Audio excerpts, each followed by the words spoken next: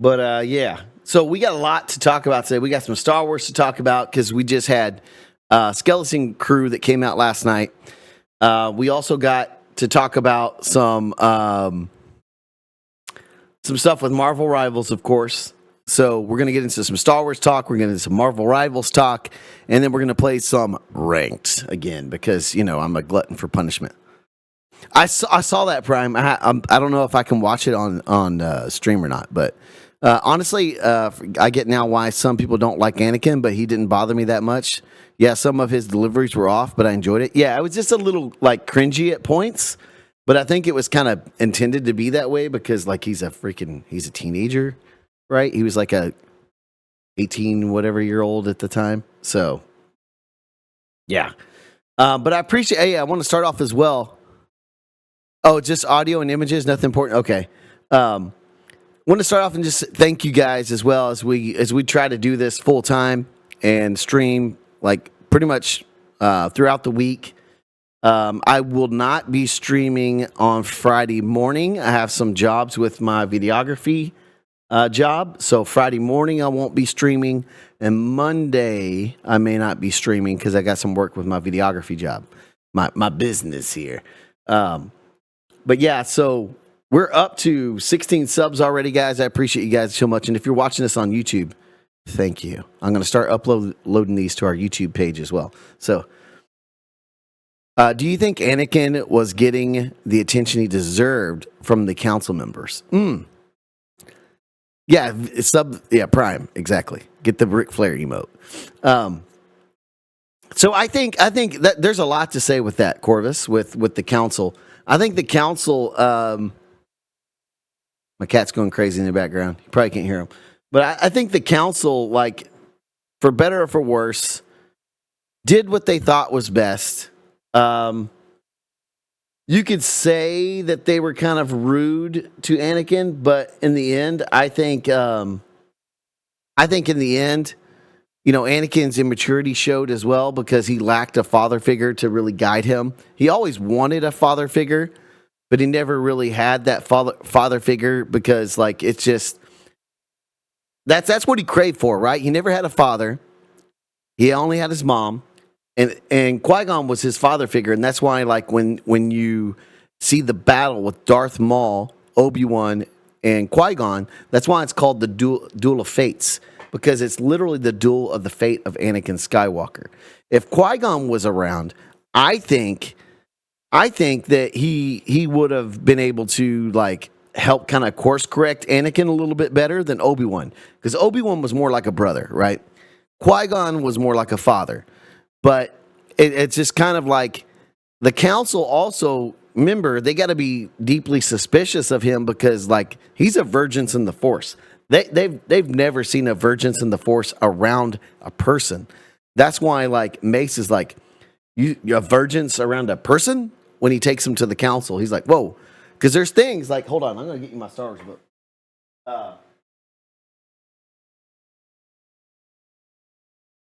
There's things. I'm going to pull out this book right here, which is a canon book, Star Wars book.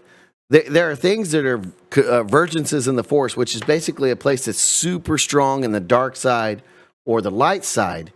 But they've never been around a person. And so that's why Qui-Gon was like, this is the chosen one. This is why this person is the chosen one. Let me find it real quick in here. But let's see. I'm going through the table of contents. The Force is with you. The Force is your ally. But yeah, so so Obi-Wan was more of a brother, and so he couldn't really feel that father role that Anakin was looking for. And then you have people that are super serious, like Mace Windu. And it just doesn't come off right. I don't think Mace did anything wrong. I just think it was Anakin's immaturity. And his kind of like, he didn't really like the ancient texts. Yeah, the ancient texts, like Luke says. Like, I think he just didn't like trust himself that much, because he was a young buck. But let me find it in here. From the Ashes Empire. I'm pretty sure it's in here. I'm going to find it, though. Maybe it's not. I thought it was. I'm pretty sure it is. What I love about this book, it's got a whole map of the galaxy lined out right there. Look at that. Like a whole map, dude. This is a great book to get. It's pretty cheap, and it's all canon, and it's got a lot of really good informative information in it. I think it's under the Force. Let's see here. Let me look back in the table of contents. It's been a while since I looked at this one. 52. Let's see here.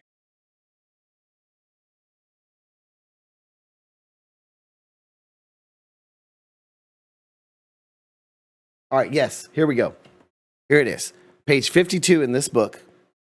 You can actually find where they talk about the Force. And I don't know if you'll be able to see it very well, but I don't even know if you can see it if I even put it on this one. I don't think you'll be able to see it any better. But there is planets listed on this side that are all different places that were vergences in the Force. And it has names of the aliases of what the Force was called right over here. And what's interesting about it is the aliases are the Ashla, the Bogan, the Life Current, the Sight, the Luminous Mist, and the Life Wind. And for anyone that knows ancient Jedi history, that's what the Jedi used to call the Force, was the Ashla and the Bogan. And the Ashla was the light side of the Force, and the Bogan was the dark side of the Force, is what kind of the Bendu called it as well. And what's really cool that you see in, I think it's like the Tales of the Empire, where you see a little bit of Ahsoka that you can watch on Disney Plus. Ahsoka nicknames herself Ashla, which is a term for light side. So, anyways, it's really interesting. So, I'm just going to read from this and what it says. And it says, Force vergences across the galaxy. There are numerous worlds that possess Force vergences. At these locations, Force sensitives may have a stronger connection to the Force. And here's some of the planets that they list, right? All on this right over here, the planets. I'm reading them. Octu, which we see in The Rise of Skywalker and The Last Jedi, right? Where Luke is. Dagobah, which we see where Yoda hid himself, which was a location of great evil. Haktu, yeah, no, Octu, not Haktu, Octu. Dothamir, which is the home of the Night Sisters. Exegol, which is a Sith world. And then there's the Force planet, which is the home to the Metachlorians, and we don't really know anything else about it, which might be kind of the origin of some of the things. Please know. Ilum, which is where all the Jedi used to get their kyber crystals from when they were graduating from Padawans, or when they were Padawans learning to make their own lightsaber. They would go and find their crystals on Ilum. Lothal, which we see in Rebels, which is where you see Ezra is, right? Lothal. And there's an ancient Jedi temple there. Malachor, which is really interesting because if you get into ancient Sith, that is some craziness. Moraban, which is also known as Korriban, which is the home world of the ancient Sith, where the actual Sith race was, pure-blooded Siths. Mortis, which you see in Clone Wars, the Mortis gods, right? That's their ethereal realm that they lived in, where they occupied the Force and things like that. Like where basically the Mortises are one of the most powerful Force beings in the whole galaxy. I mean, you think about it. In the show, Anakin takes out his lightsaber because he doesn't trust him and points it in his face. And the father grabs the lightsaber with his hand, moves it, and then turns his lightsaber off. That's how freaking strong the Mortis gods are. Okay. And then Mustafar, which we see where Anakin eventually becomes Darth Vader by getting his limbs chopped off, right?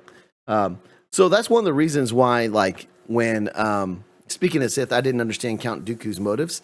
He became disillusioned, you know. Joel, what's up, dude?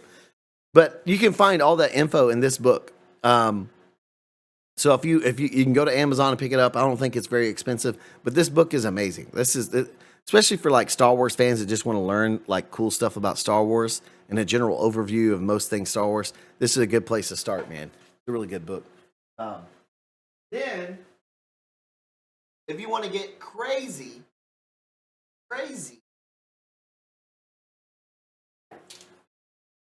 and do a deep dive with Star Wars. Missed the story time. This is a great book for a deep dive. This is Ultimate Star Wars New Edition right here.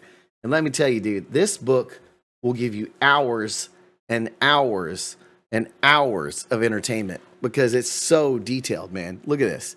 It goes through each individual character, goes through things in Star Wars, goes through planets, goes through people, like everything, man. It's like, if you have a question about lore, oh, let me just go pull this up. Oh, look, I want to know more about Ahsoka Tano. Okay, here's a whole section devoted to her with her timeline of events in her life. Like this is a really good book if you want to just know like lore and understand a bunch of stuff. And then check this out. This is a bunch of different clone troopers and stuff you can find in here. All of it, dude. Like this book is like legit. It has characters, creatures, locations, technology, and vehicles, as it says on the back. Like that, this is like one of the best books you can buy if you just want a really good overview of Star Wars. And then if you want like timelines, you're looking at timelines, this book right here, Star Wars Timelines. It literally gives you a timeline of everything in Star Wars. So like Corvus, sometimes if you're like, hey, Neil, when did this happen in this place? And I'm like, I'm not sure. Let me just pull out my book and see. And this is what's crazy is like even gives a timeline of like Anakin Skywalker's lightsaber. Like, look at that. It's incredible, right, man? Like it's got so many good stuff. The conflict on the Outer Rim. Got the Bad Batch in there. It's got Savage. It's got freaking Quinlan Vosk in there. Like there's so much good stuff in it, man. It's so good, but this is another good one. Star Wars Timelines, another good book. Look, there's my Overlord. My cat is just sitting up there. He's watching. Yeah, it includes the sequels, unfortunately. Unfortunately. And then if you want some really fun books, which you can usually see, I usually have them sitting right here, is this little pack right here. This pack is a really good pack to look through. It's the Jedi Path, the Book of the Sith, the Bounty Hunter Code, and the Imperial Handbook. And unfortunately, these are no longer canon. Some of it in it is canon. Most of it is legends. But what I love about this one, which is really awesome, is see, here's the Jedi Path. I got a little scratch on it from wear of reading. When you open up like the book, like right here on the edges, it's like it feels like an old book right here on the edges. And when you open it up, it's really cool because as you read through it, it has notes in the margin. It's like an ancient text that's been passed down to other Jedi. And it has notes in the margin from other Jedi, like you can see, hold on this side over here. This is Dooku's writing, talking about something in here. So it's really cool. Like here's Anakin. He says, the other Padawans say Obi-Wan killed the Sith on Naboo this way. I'm glad he did. And that's like him talking right here in this certain text talking about the Jedi and their styles. Like it's a really cool book. And then it comes with the Bounty Hunter Code, which this one's really cool because it gets into a lot of the ancient Mandalorian history as well. Where you can read about like the Mandalorians and their gear and things like that. Like it's got some really cool stuff in there about the Mandalorians. What are their signatures on the first page? I think so. Yeah. And then there's the Book of the Sith, which is another cool one right here. And this one has Palpatine's writing in it and also has Luke Skywalker's because Luke eventually finds this book and, goes through it and like it's just really cool, man. This is like Mace had this book at one point. He's got some writing in here, so it's just really cool book, man. This series is really cool. Go check it out right there. You can see it better. Star Wars: The Jedi Path, Book of the Sith, the Bounty Hunter Code, and the Imperial Handbook. Really fun stuff with Star Wars, man. Really fun stuff. All right, so hey, this is I wanted to bring this up because I saw it on Twitter. Wasn't that also because at the end of Return of Jedi it was supposed to be evil? No, he didn't turn evil. He was just he was battling with some evil stuff. I mean, if you go by the old lore, he eventually turns to the Sith to defeat the risen Palpatine again, and then comes back to the light again. So it's an interesting walk he goes through. No gray, no gray. Sorry, Thaddeus, no gray. But yeah, I saw this, man, and it kind of breaks my heart a little bit as I'm going to pull it up. But I wanted to talk about it because it really is kind of sad, man. And I don't. This right here. Sorry, folks. Skeleton Crew has even worse ratings than the Acolyte. Fans no longer care about Star Wars. Here's my counter to that. I don't think fans no longer care about Star Wars. I think they just don't care about the crap that's being pushed out. And when you have too much crap that's pushed out, people stop tuning in. Right? People just don't care. They don't want to watch Star Wars because there's nothing compelling for them to watch Star Wars. And so that's why we got to get back to more Sith, Jedi, Mandalorians. Like, this is the stuff people are interested in, man. This is the stuff that people is interested in. We're not interested in subplots. Like, give us the main theme and have some of your subplots in there, right? Like, Skeleton Crew is cool, right? It's enjoyable popcorn TV show, especially the last episode. The last episode was really cool. But I think people are just so tired of just the subplot stuff. And it's the same thing, like you said with Corvus, with Marvel, the way you feel. Marvel's in the same boat. They just have like too much like subplots. Everything's just a subplot, right? Oh, look, here's a B or C role character in Marvel. Like no one cares about, but we're going to make a full featured movie about it. Like, okay. Like no one cares. Like the thing that drew people to Marvel in the first place was that first film of Iron Man. And then Captain America, all the main characters that you see on the Avengers, Thor, all those guys, right? And it's the same way with Star Wars. If they would just listen to their fans, right? If they would just listen to their fans, and their fans are telling them things like, hey, why don't we do the Old Republic?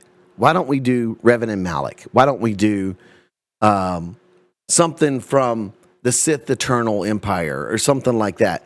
Or, you know, kind of like almost how SWTOR do it. Like they have a really cool story with the Sith Eternal Empire.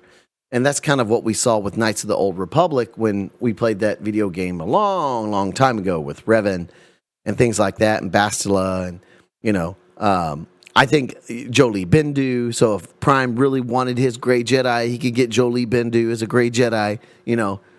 But I think, like, if we went back to the origins, which is the Bindu and the Jedi, and then eventually what leads into the Jedi and Sith War, because if I can remember correctly off the top of my head, the way it happened is there was an alien race that came in, was threatening the galaxy. The Jedi Order at the time were the only ones who could stop them. So they decided to stop them and go to war.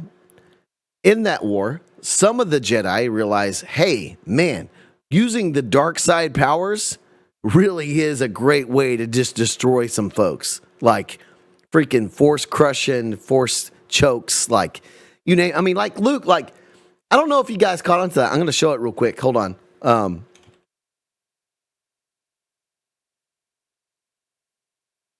There's a scene where we actually finally get to see Luke Skywalker use a Star Wars power that's kind of light, kind of dark, right? There's a light side ability for it, but it's considered a dark side ability if you use it on a living organism, right? I feel like Palpatine was just simply misunderstood. Wow, Joel. Wow. Come on now, man. Don't go there. Okay, so let me find this real quick. In the video. because it's really cool. Right here, watch this. It's a force crush. Let me pull this up where you can see it better. So it's a force crush, man. So I don't know if you still need to watch, man. Sorry, bro. I'm like totally spoiling this for you. But yeah, watch this.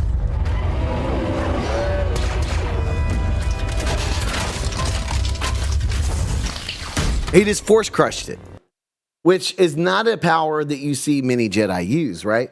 And so it's already been spoiled for you. Okay. So it's really interesting in that, like I think if you go back to that, you have the ancient Jedi, right? And they're fighting this alien race, and they're realizing that some of the dark side powers are more powerful, at least in the quick long run, rather than being more defensive or protective like the Jedi typically fight like. That's why they have force push, force pull, things like that. They don't use too many chokes or things like that, right?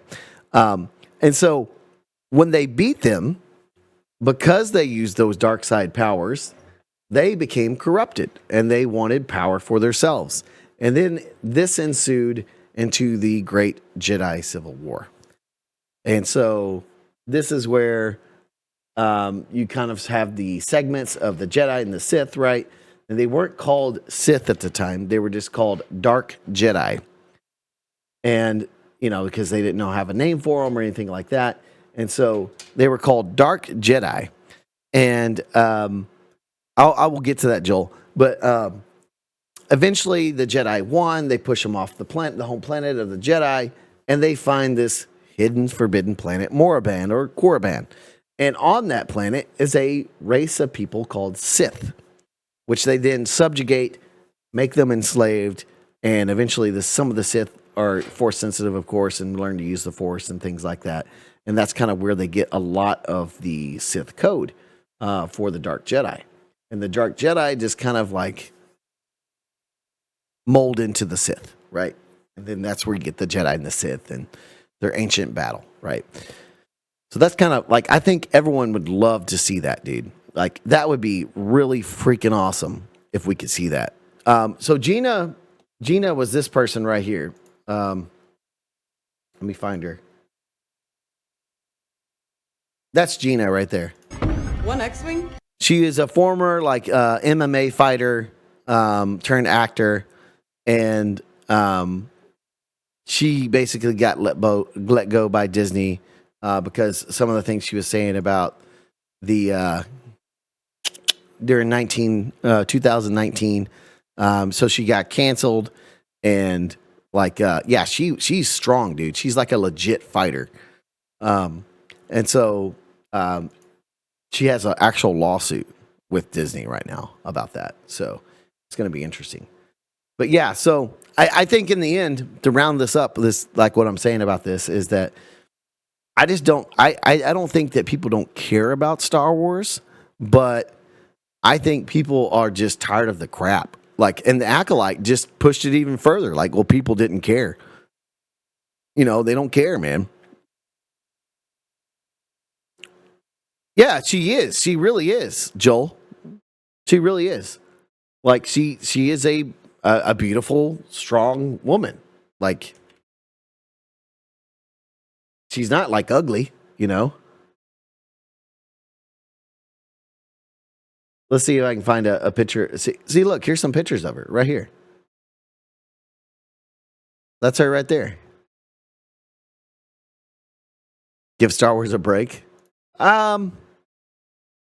This was when she was MMA fighting, right there.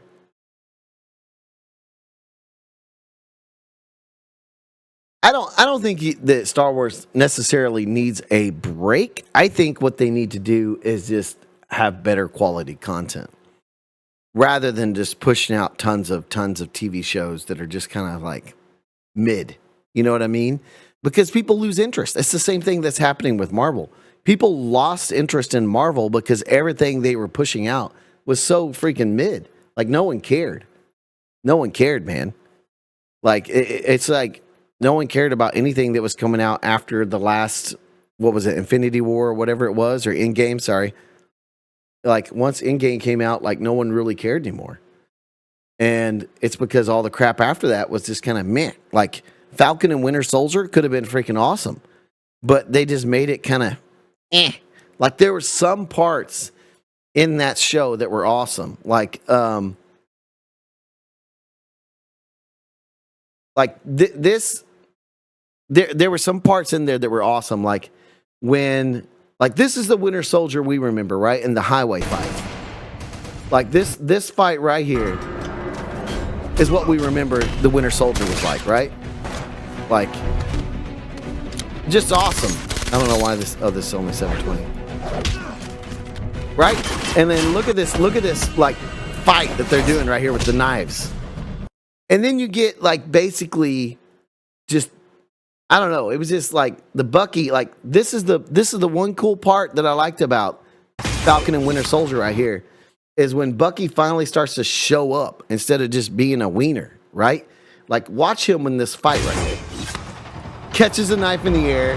He's like, bro, another super soldier coming at him. He's like, hold up, bro. Let me just show you what it's like to be a super soldier. Right? That's what we wanted to see, is stuff like that. Not these wiener, like, stuff that we've been seeing. Spider-Man No Way Home and Guardians 3 were really good. They were. Lots of mid, man. See, that's the thing that's really been holding them up. That's the only thing that's really been holding them up. I'll check it out, Corvus. Is like Spider-Man and like Guardians 3 was probably the best one that I've seen in a while. You know? But yeah, it's like it's I don't know, man. They really got to work on that, because no one really cares. All right, let's watch this. Sam Witwer defends Return of the Jedi. All right, let me pull that over. Hardcore fans that Let me turn that over here real quick. is Return of the Jedi. For George Lucas and these crazy filmmakers to be like, I'll be Lawrence Kasdan. Okay, so George, in the last movie, we made this, and it was about how you need to respect your elders, right? Yeah, and he didn't respect his elders, and you ought to try to tell him what to do, and he didn't, and then he tried to save his friends, and his friends had to save him. Yeah, okay, so this one is, he's going to respect his elders in this next movie, right? No, he's going to reject his elders. Be like, what? But that's against the lesson of the last movie. He's like, no, but Luke's a man now, and his elders are telling him to go kill his father. And they're saying over and over again that that's the only way to win, is we have to kill Darth Vader. And Luke is going to refuse to do that. And by that, that's how he's going to prove that he is the one true Jedi. You know, and you're just like, that's true, because like that's the thing that was different, is that Anakin talks about it too, is that Jedi are encouraged to love, but not to have attachment. And so that's the difference right there. Like, when Luke saw himself becoming his father because of his rage and things like that, and he pulled himself out of that, and he was like, no, I will never turn to the dark side. I'm a Jedi like my father before me. That was the ultimate Jedi move, right? Hollywood wouldn't do that these days. Right. Hollywood would just have him go fight and win, and that's Michael the end. Bay's Star Wars. Yeah, that's exactly what would happen. Hello there. What up, Sushi? Yeah, that's exactly what happened, man. Is that you know, everyone's thinking, like, everyone's telling him what he has to do, and Luke's like, that just doesn't. That's not right. You know. Yeah, there would be big explosions, but that movie. And I think that's why it was so hard for so many of us in The Last Jedi to see this guy that helped the Jedi Order become restored to like they were supposed to be, then lose it on his nephew that's not even anywhere near as powerful as the Emperor or Darth Vader. But he sensed great evil in him, and so he had to pull out his lightsaber and destroy his nephew in a brief moment of rage. Come on. Give me a break. Seriously. Like, that's... we're going to take Darth... Why would he save his father, George? I don't understand. Because we're going to take Darth Vader and make him into a sympathetic character. Everyone says, it's just a retread of A New Hope. And you're like, no, it's really not. They took the best villain in cinema history at the time, the most famous villain, Darth Vader, and made him a good guy? See, and that's the thing that makes this so stinking compelling, is that Darth Vader was irredeemable. Like, just irredeemable. And then you throw in there an Empire Strikes Back. Oh, that's your dad. Oh, suck. You know? And what does Luke do? Hope against hope. And helps redeem his father and fulfill his destiny. And that is why the Return of the Jedi is goated. I mean, it's like number 1 or 2 for me, honestly, in movies. I think number 1 might be Revenge of the Sith because it was just so cool, man. But this is the whole reason why Return of the Jedi is so goated, man. Because like people don't understand the emotional things that went into that. Where you have a kid from the farm, grows up, realizes there's a bigger galaxy out there and a bigger fight, and he has a small part to play in it. And then realizes oh crap, I have a bigger part to play in it because there's this guy named Darth Vader, and I may be one of the last Jedi that knows how to use the Force from this dude Obi-Wan I've known my whole life as a hermit, telling me about this mystical thing, and then going and meeting Yoda and realizing, holy crap, everything's going to hinge on if I'm going to stay true to this path. Oh crap, he's my dad, and he fell to the dark side, and he was the most powerful Jedi ever. And then you walk into a room giving yourself up to 2 of the most powerful Siths in the whole history of the galaxy, right? That's why Moff Gideon was so he was like, holy crap, that's Luke Skywalker. Because all he knows is that Luke Skywalker walked into the Death Star, blew it up for the second time, and walked out with the Emperor dead, dragging Darth Vader's body out of there. That's what he knew of Luke Skywalker. And he's like, if this dude can face down 2 of the most powerful Sith in the galaxy and then drag out Darth Vader's corpse, holy crap. Who is this guy? That's why his face was so like scared. Anyways. And then they were like, oh, and we're going to top Darth Vader by creating this new character called the Emperor, who we've heard about, we've never seen. And that worked. You know, I like the Ewoks for the fact that they are a great balance against scenes where Luke stands up to the Emperor and says, soon I'll be dead and you with me. And you're like, this isn't the farm boy that we grew up with. This is progression. This guy is on a suicide mission because at this point he hasn't figured out what he's going to do yet. And he doesn't think his father can be saved at this point. This is grim. And the Emperor is trying to get him to kill his dad, and they're all trying to provoke him into madness and anger. And you're just like, you look, without the Ewoks, this is a pretty dark film. Right. Yeah. 100%, man. That 100%. That's what made it so good, is there's so much darkness there around, great darkness, but light prevails. Like it's very simple recipe, man, for movies and TV shows. And it's something that resonates with all of us because we all feel it in the world that we live in, right? There's so much great darkness and evil around us, but somehow light prevails. It's a tale as old as time, right? It just somehow it always works out. Oh, Corvus, man, I see this other video you sent me. I think I've actually seen this. Hold up. Yeah.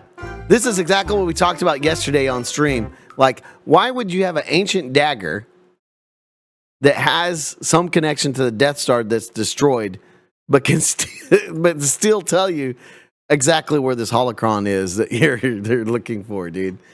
So dumb, man. I mean, that's the thing. I think storytellers have sometimes overcomplicated some things.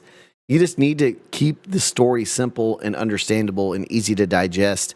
And I think the easiest way to do that is just a classic good versus evil, like a classic tale of good versus evil. And that's why I think the original Star Wars was such a phenomenon in the world, because it was like George had said, it's a classic tale, right, of Greek history or Greco history and like epics of old, where it's a classic tale of good versus evil. And it's darkness all around, it's grim, there's death, people aren't going to make it, but somehow light prevails. I think that's what's so interesting to so many people, man. Like, when it comes to Star Wars. So, like, having things to round out the conversation, having things like Skeleton Crew, it's fun. It's a popcorn flick. Like, there's nothing. I really enjoyed the last episode last night. Like, it was really cool to see some of the stuff in there. But there's nothing that really moves the needle of, I got to go watch this, right? Like, when I watched the season 1 of The Mandalorian, I was like, dude, I got to go watch this. Especially the opening of The Mandalorian. Like, the opening of the season 1, episode 1 of The Mandalorian sets the tone for the whole series, which is this is a space opera western gunslinger, like bad mofo, and it just felt good. And I think that's a reason why, like for me, I mean, you see my Mandalorian helmets behind me. I think that's a reason for me why, like, I was so bummed with the Book of Boba Fett, because I wanted that BA Boba that we all had been waiting for, you know, that we all had wanted. And we kind of just were stuck, you know. Make sure to like and subscribe, or we will execute Order 66. Check out our other videos on the screen as well. Yes, my lord.